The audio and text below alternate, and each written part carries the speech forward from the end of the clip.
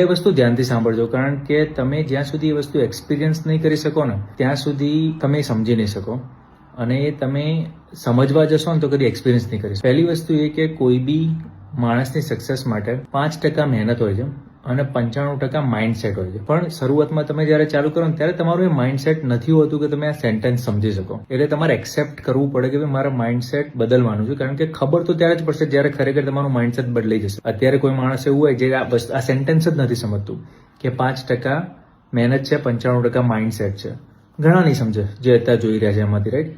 પણ જ્યાં સુધી એ પડાવ પાર નહીં કરી દો ને ત્યાં સુધી નહીં જ સમજી શકવાના. એટલે તમારે જે પેલું આંખો બંધ કરીને વિશ્વાસ કરવા જેવું છે ને એવું થઈ જાય. અને બીજી વસ્તુ એ છે કે ભાઈ તમે જે વસ્તુથી તમને બીક લાગતી હોય ને એ વસ્તુ તમે કરશો ને, એ કર્યા પછી તમને એ કરવાની હિંમત આવશે. જે વસ્તુનો ડર લાગતો હશે ને એ ડર ક્રોસ કરવાની હિંમત તમને પહેલા નહીં આવે. તમારે ગમે તે આંખો બંધ કરીને વસ્તુ કરી જ દેવાની. એ કર્યા પછી જ તમને હિંમત આવશે કે ઓકે આ વસ્તુ હું કરી શકીશ.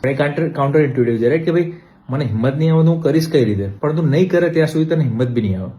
કોઈ બી વસ્તુ જોઈ લે, તમને હાઇટથી બીક લાગતી હોય ને તો તમે આમ મગજમાં ના સમજી શકો કે હું એકવાર હાઇટમાં જતો રહીશ ને પછી મારી બીક જતી રહેશે. તમારે બીતા એકવાર એ હાઇટ ઉપર પહોંચવું જ પડે, અને હાઇટ ઉપરથી તમે નીચે જો પછી પાછા આવો ને પછી એવું થાય હા મારી બીક થોડી ઓછી થઈ ગઈ.